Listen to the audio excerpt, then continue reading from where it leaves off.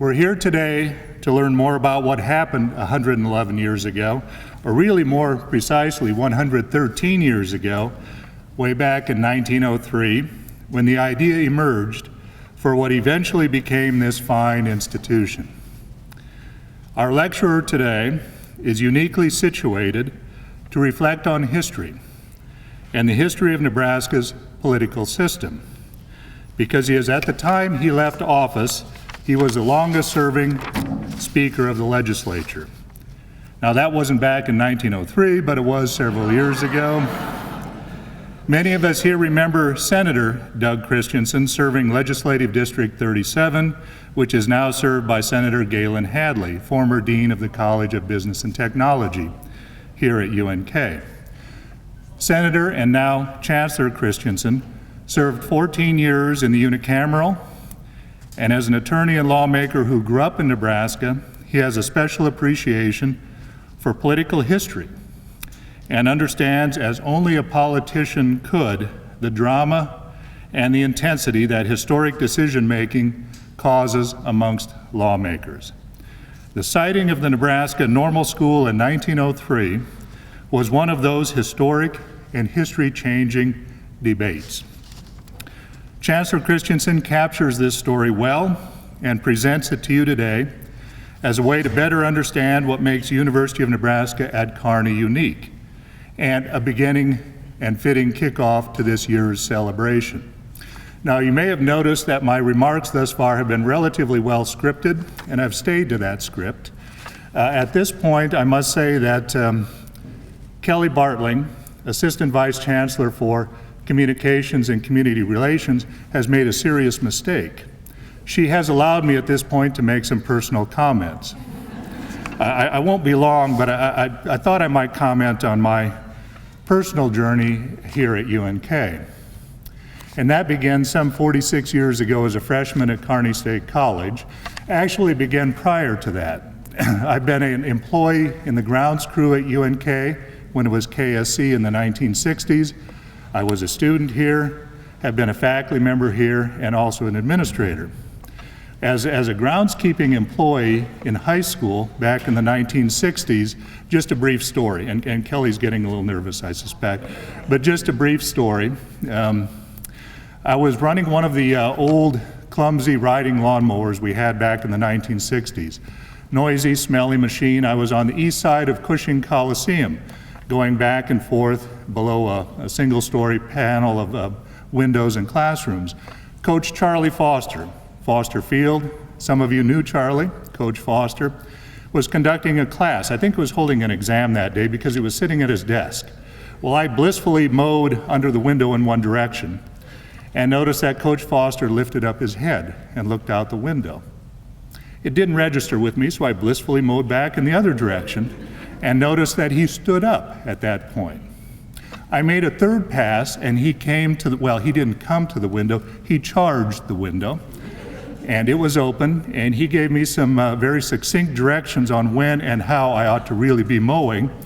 And the next morning I found myself with a pair of hand clippers under the bushes on the south side of the MSAB building. So, an early memory of one of my employment experiences here at UNK. As a Kearney State College student, I would like to very seriously underscore the student experience here. A hallmark for us is undergraduate experience, experiential learning, research experience, internships, and that has carried us so well through the years. In the early 1970s, I was involved as an undergraduate student in research of this sort. We were studying water quality of the Big and Little Blue Rivers in southeast Nebraska. I learned a tremendous amount about water quality, about contaminants, nitrate, nitrogen contamination, flocculants, turbidity, and a whole host of other things. We were making measurements every 2 hours for 20 hours, or 24 hours through the course of the day, at several locations over the course of 2 weeks. Another thing I learned is that every 2 hours, 6 a.m., 8 a.m., 10 a.m., by the time it gets to 2 a.m., and you're running the headlights on the pickup to see the samples you're collecting, it's quite possible that the battery will die. And then it's about a 5-mile walk back to wherever we were at the time, Wymore, Nebraska, probably. So as a consequence, I learned a lot of things about practical life and certainly about about critical thinking, decision-making, and problem-solving, no question about that. You know, I'm something of a slow learner. I graduated in 1974 and left Kearney State College for nearly 20 years. And as an expat living in the country of California, watching closely the conversion or transition of this institution from KSC to UNK, I thought it'd be a fine opportunity to return, to come home. And indeed I did in 1992. This place has benefited so greatly from its affiliation with, its immersion in, its connection with the other campuses across the system, and indeed with central administration in the NU system. What a tremendous boon that has been for us. But again, as I say, being a slow learner, I then left in 2005 after 13 years working in biology and as a chair of the department. I went to Austin, Texas as a dean. Wonderful experience in a private institution, private university, but I also remembered the quality of life in our part of the country. There are so many people, probably more in the greater Austin area than the state of Nebraska, and in fact, all of them are out on I-35 at 7 in the morning. I remembered a better life. I remembered a better opportunity. I was so lucky, Chancellor Christensen, to have this opportunity to return in the spring of 2009, 7 years ago at this time. This is a tremendous institution, and truly what I learned in that private institution experience, now Kelly is really getting nervous, what I learned in that private institution experience is that old adage that we sometimes state here, that one gets a private university education at a public university price at UNK, it's very true. We measure with the best of them in terms of the quality of our faculty and student-faculty interaction. When we first started this discussion about the lecture, Doug, the Chancellor, and I talked about trying to make this a little bit interactive as we go forward today. And as just a very prelude to my introduction, I'd like to see, do we have some students in the audience today? How about faculty, current or emeriti? Raise a hand. Raise a hand. Community members, alums, a lot of representation here. You all characterize not only the history of this institution, but you also characterize who we are. You all are UNK, no question about that. And at this point, without further ado, I would certainly like to introduce Chancellor Christensen. Please join us for a presentation.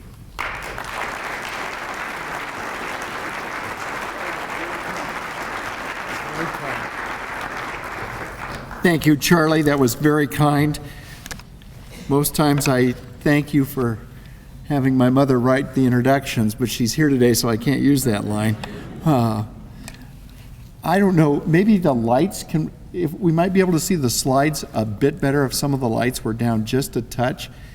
And if I'm in the dark, it's okay. Most people understand that. And yeah, can we see a little better? All right. You know, it's a wonderful opportunity to stand up here, and I hope that this becomes a little informal, not to the point that you'll get up and walk out, but this campus has so many meanings to the state of Nebraska and to each and every one of us, and this year is a perfect time to reflect back as our institution celebrates two important milestones. And it's also a wonderful time to look forward to the great opportunities that I think this campus still has today. And as we do this, why today? Why are we going to celebrate in the year of 2016? And I think there's a number of them. First and foremost is this is the 25th anniversary of coming into the university system. So this July 1st is the day that the change occurred. And for some, they go, wow, that was not very long ago. For others, that was, I can't believe how old I've gotten. But they all have a different perspective in that.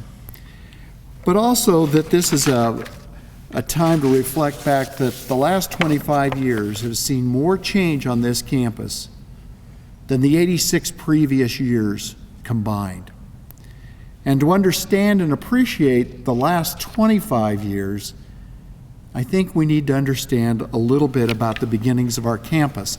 And so that's the reason that we want to start with the lecture today about the beginnings of our campus. And so the material that I'm going to present today comes from Suzanne George Bloomfield's book, From the Beginning. It also comes from Phil Holmgren, and it comes from the Nebraska Blue Books, as well as Olson's History of Nebraska. And I want to start today with the beginning of our campus, and then next month we're going to move into the university status, and you'll see such characters as John Payne, who's sitting with us today, a number of other people who actually lived that history, and we look forward to doing that. But today's a time to start our celebration about our inception. 111 years ago, roughly this time. But Charlie's right, it really started 113 years ago, back in 1903.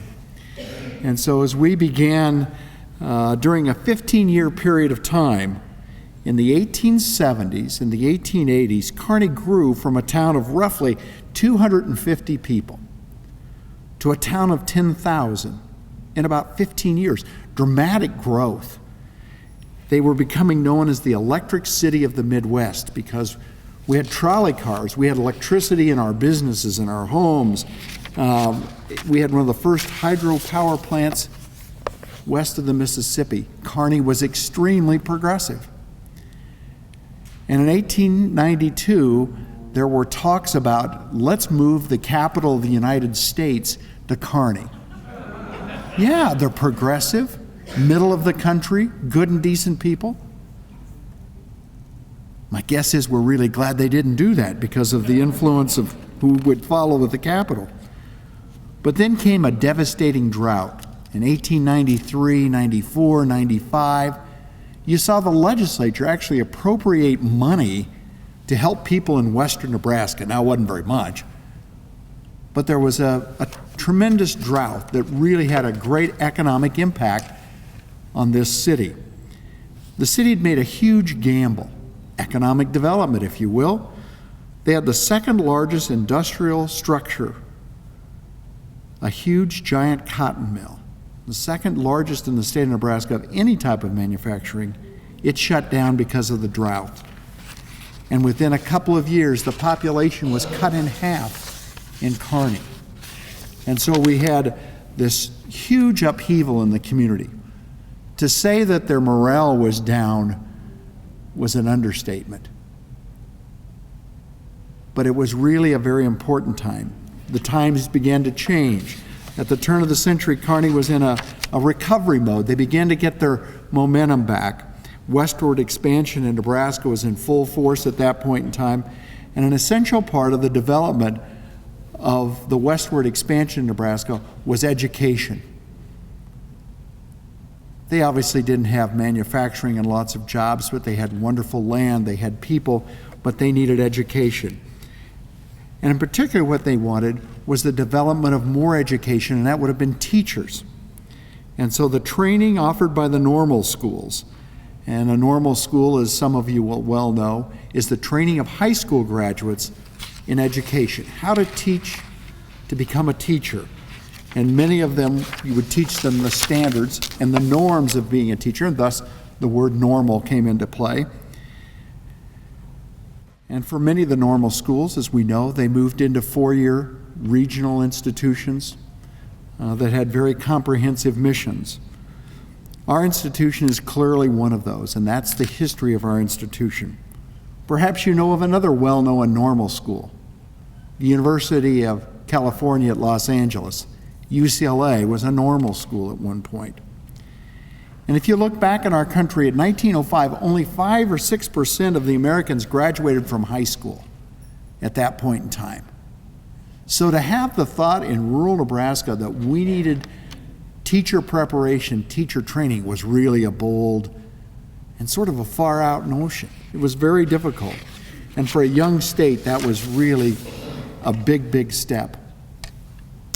So Nebraska had a shortage of normal training. The only place that you could get a normal training was in Peru, in the far southeastern part of our state. There was only really two viable solutions. If we wanted to have more normal training in rural Nebraska, we looked to the State Education Commissioner. At that time, they were known as the State Superintendent of Instruction. And he had two suggestions that he gave to the state. One of them was to exchange the industrial school for boys at Kearney. That's the place my dad would drive by and say, if you two boys don't behave, you're going to go to the Hill. But you know, that was here in the 1880s. Long-time institution in this community. So one was to give Peru the industrial school and we'd get the normal school. That seemed like a good deal. Or two, the always popular, let's build one in Lincoln option, a new normal school. Now that had a couple of options. One, we would close the normal school in Peru and be efficient and offer it in a central location. But as you could probably imagine, tremendous opposition happened to the taking away of the normal school in Peru that still exists today. Tremendous opposition to that. But the truth was that Peru could not meet the needs of the state. There was no way that they could do that. And this reality grew up in popularity and finally reached the State House. Representative Charles Warner came to the forefront. Charles was a leading political figure in the state of Nebraska. Between he and his son Jerry, one of them served in the elected capacity of the state every decade in the 20th century. Tremendous dedication to the state. Charles, at that point, decided that he would introduce a bill that would create a new normal school west of the 6 p.m. Now, that's just outside of Lincoln, between Lincoln and York. And York thought that was a great idea. His bill included that there should be an appropriation of $100,000 and that the committee of legislators, my goodness, the legislature had to make this decision.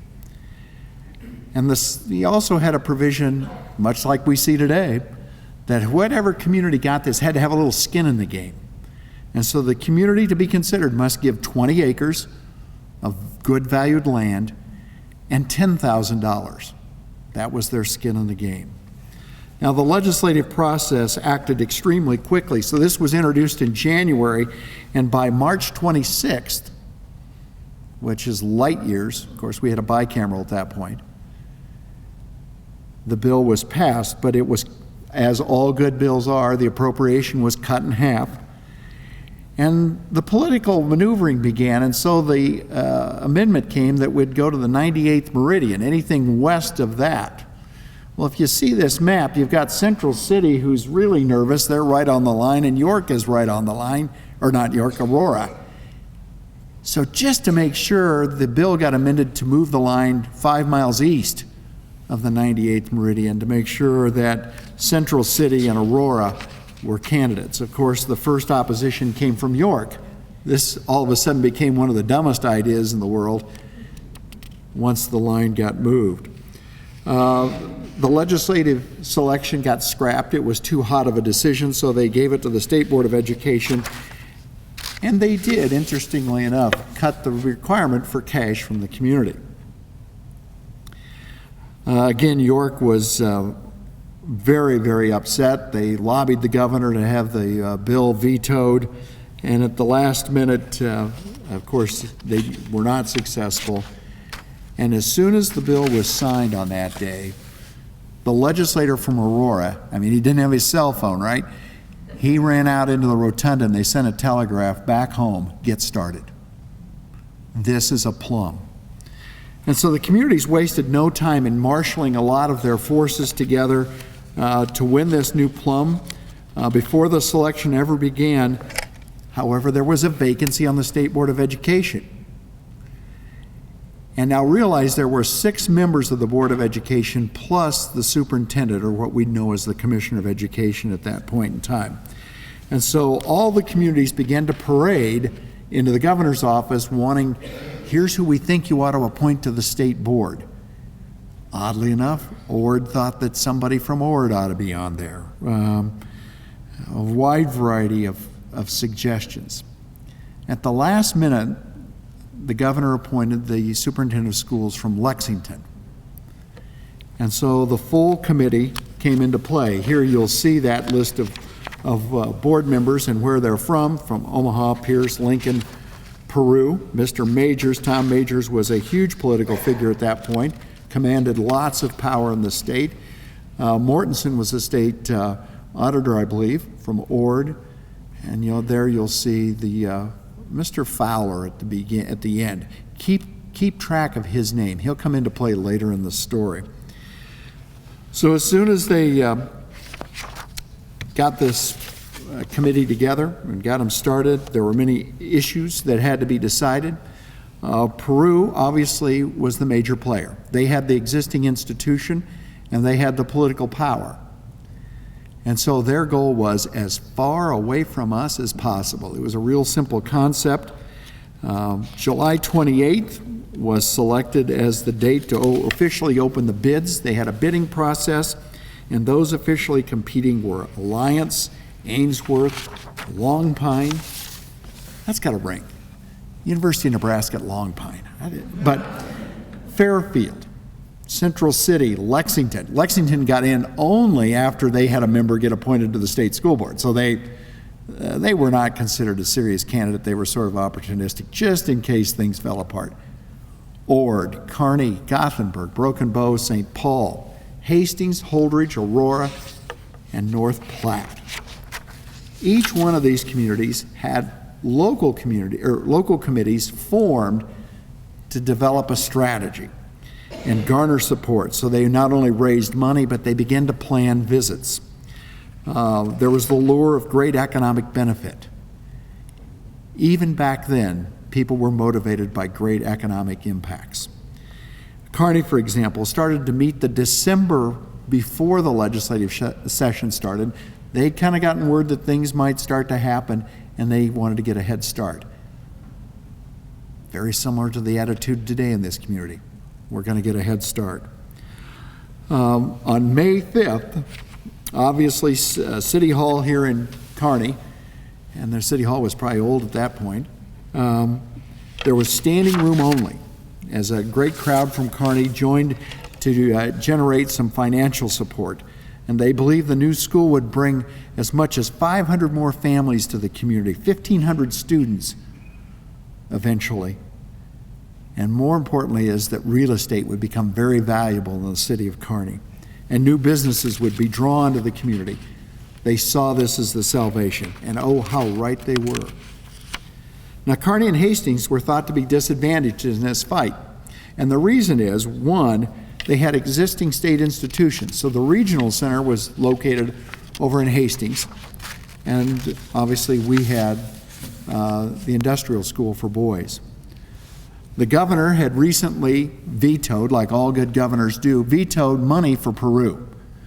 And Peru thought that they were being shorted, and so they were trying to override the governor's veto.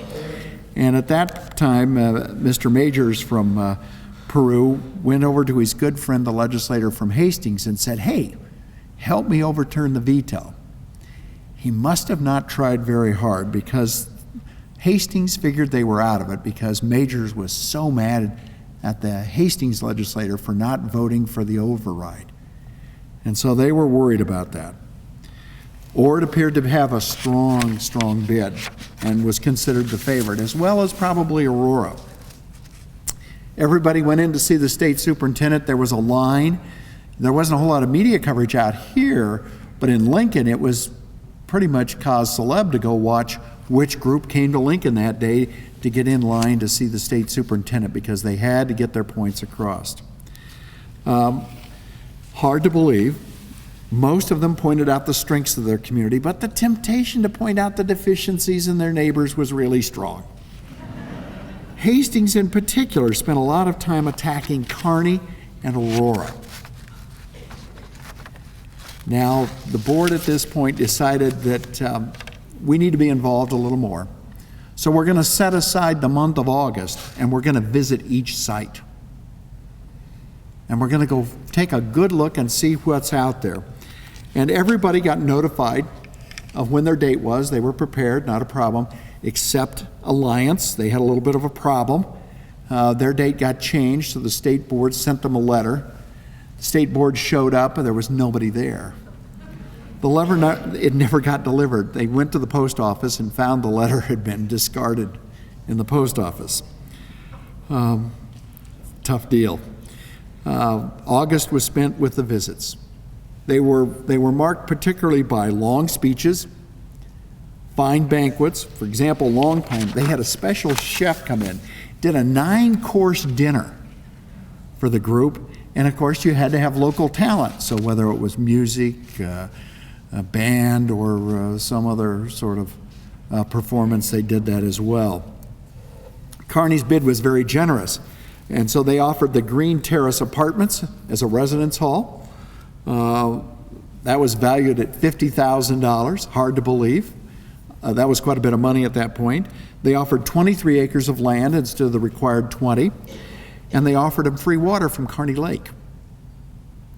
All incentives. And of course, there were some other considerations in there as well. So everybody gave their best foot forward and did really a pretty good job. September 1st was set for the day to select the new site. The governor was really involved at this point, sent a telegram demanding openness and transparency from the committee. They promptly voted 4-3 to have secret ballots. Some things never change, do they? And the voting began. Now, we don't know the specifics of who voted for who, but we have summaries. And so I want to walk through those summaries a little bit with you. Remember, the key here is you need to get at least 4 votes out of the 7 members, the 6 members of the board and the state superintendent. And so the voting began. And of course, on the 11th ballot, Hastings and Central City showed amazing strength. They were 1 vote away each from getting the site. Not really sure what would have happened if they both would have gotten 4, but we'll never know because nobody did.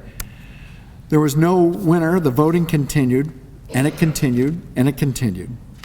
On the 51st ballot, Long Pine got its last vote. It had 1 single vote at that point in time. That didn't mean they were out. That just meant that that's the last time they got a vote because everybody was still in. Now, shortly thereafter, on the 54th ballot, Alliance got their last vote. I think there was some sympathy for not being there when they showed up. Ainsworth got its last vote on the 57th ballot. They were not eliminated either. They just stopped getting votes. Now, to great surprise, Fairfield. Charlie did a little interactive. How many of you know where Fairfield is at? Good, you're all Nebraskans. That's great. To great surprise, Fairfield got the last vote, or its last vote, on the 78th ballot. Do you realize that today Fairfield has less than a square mile of area? They have 387 people. But in 1900, they had a population of 1,200 people. They were a viable city. In fact, I think Fairfield had a governor that came from the community. It was a very long and frustrating day. Now, we moved on to the 89th ballot. And on that ballot, only Broken Bow, Hastings, Kearney, and Ord got any votes at all. And so there was starting to become some certainty here of what might happen. If you look a careful look at the ballots, Aurora, Broken Bow, Central City, Gothenburg, Holdridge, Lex, North Platte, and St. Paul, all at some point were 1 vote away from getting this institution. Very hotly contested. Now on Hastings, on 3 different votes, or they had 3 votes on 10 different ballots.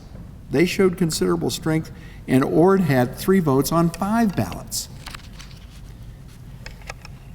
It really got to be much harder. Now, this was done in Peru because that's where Mr. Majors was from, and he demanded that's where the votes occur.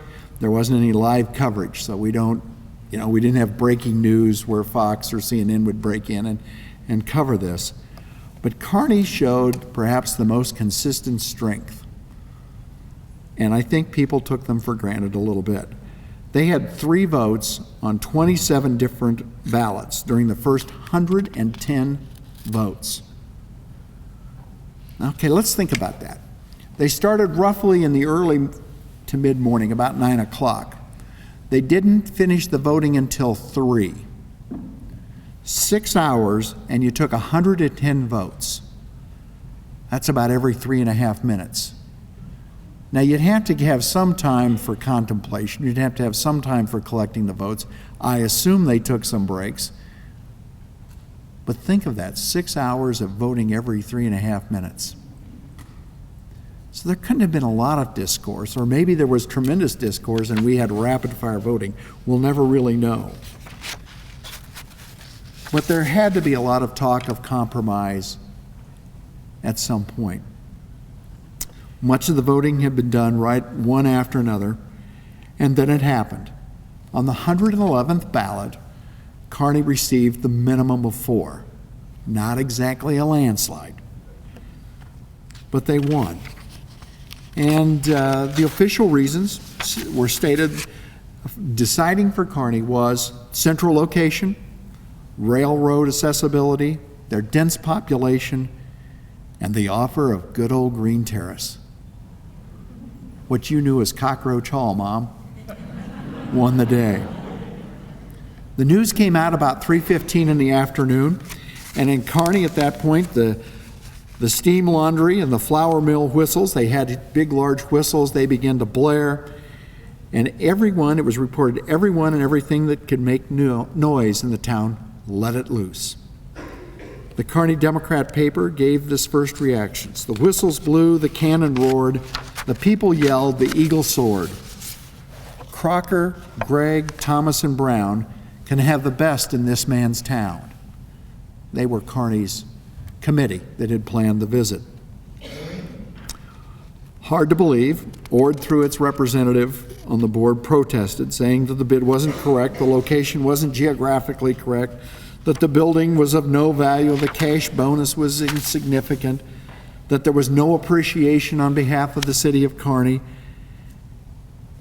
and he was trying to motivate people to bring suit to legally stop the selection, much of it due on Joel Peterson improper delegation at that point. They also didn't like the fact that Kearney didn't give them 20 contiguous acres, that we hadn't vacated the streets, and that voided the selection. It was lively for the discussion around the state, particularly in the newspapers. So what did those newspapers say? Here's one from the Ainsworth Star-Journal. Kearney gets the normal. North Nebraska gets what it usually does, gets left. They weren't very happy. The board could not have done worse by selecting any other town in the contest. Our friends in Aurora. Oh, for candor. Central City said, proceeding apparently upon the theory that to them that hath shall be given. That was almost biblical. Our friends over in Hastings and the Tribune congratulated Kearney. They really did. But they said that congratulations to the wire-pulling politicians of Kearney who skillfully and successfully manipulated the deal. Calling it like they saw it. Now, we had friends in North Platte, too.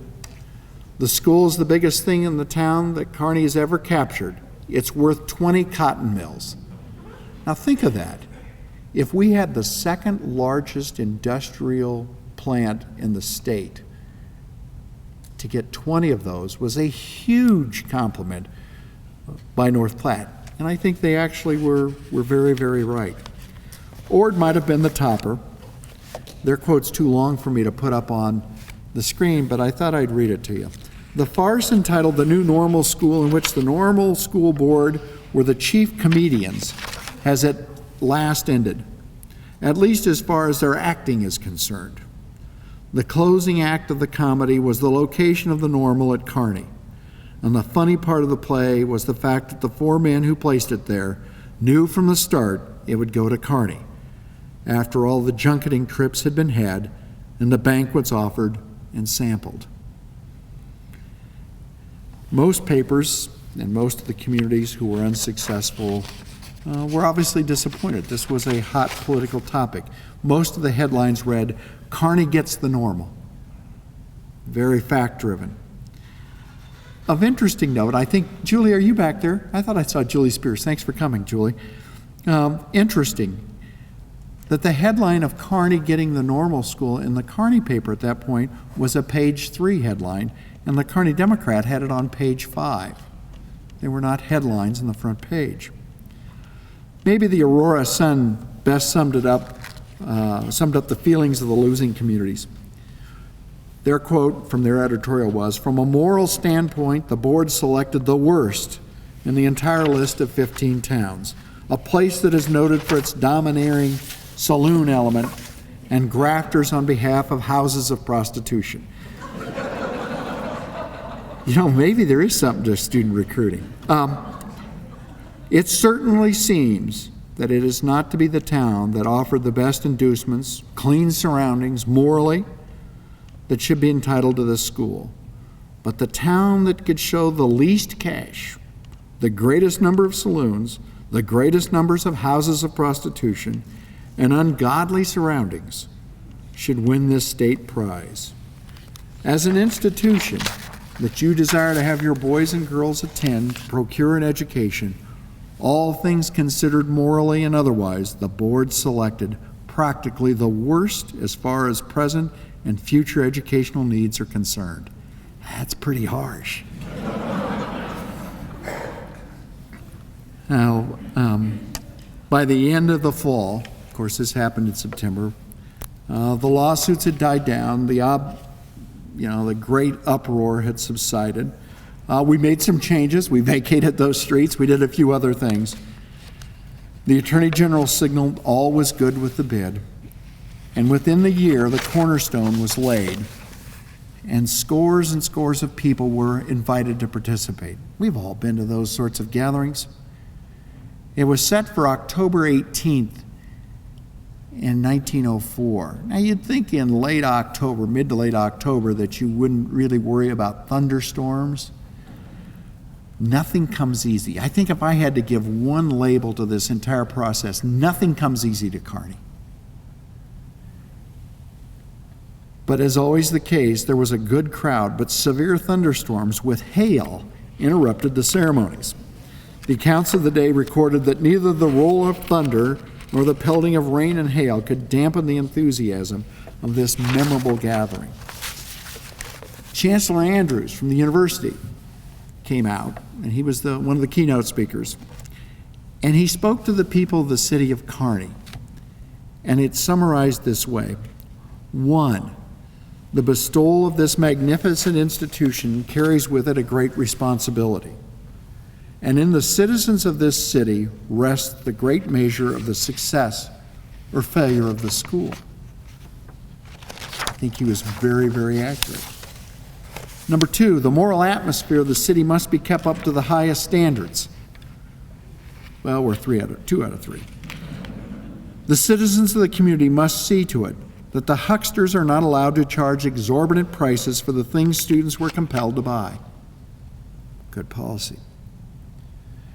And number 4, the citizens of the city should see to it that the state makes liberal appropriations for the maintenance and expansion of this institution, so that it may grow and prosper in proportion to the growth and prosperity of the state. The next thing they had to do was select a faculty and select a president. The faculty selection was done without much difficulty.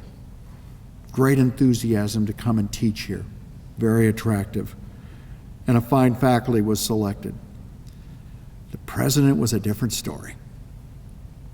The state board, who else got to select the president? So, of course, they met again, and they began to make a variety of votes. And A.O. Thomas from Grand Island, we needed again 4 votes, right? A.O. Thomas got 3 votes for the first 100 ballots. Who was his opponent? Good old W.K. Fowler, the man who was the state superintendent, who'd done all the work to get the institution here, who was taking credit for getting it here. They got tired after the first 100 votes. They adjourned for the day. There was a report that Fowler was talked to either in the evening or in the early morning and informally offered the job He turned them down because there was not a unanimous vote. So after 2 more votes the next day, A.O. Thomas got the minimum of 4 votes. And they sent a telegraph to A.O. Thomas, said, "Congratulations, you won on the second vote today." It was truthful, just not accurate. They wanted him to wire his acceptance or rejection right away. I don't think they wanted to explain it. So, in A.O. Thomas's first address to the campus, there was documented to be 375 students in the student body. Kearney was off to an extremely fast start. In the second year, the normal school at Kearney had over 1,200 students in just the second year. Quite a feat. Far exceeded what the state had envisioned. Now realize, let's look at Peru at the same period of time. In the same year, Peru had been in existence for 38 years. They had a 38-year head start on us. Their enrollment was the same as ours. They only had 25 more graduates that year than we had in our second year. Clearly, Kearney was serving the rural needs. There were political desires, obviously, for more normal schools, and they saw what would happen, and they saw the impact. There was a great amount of activity in the State House. Chadron was selected in 1909.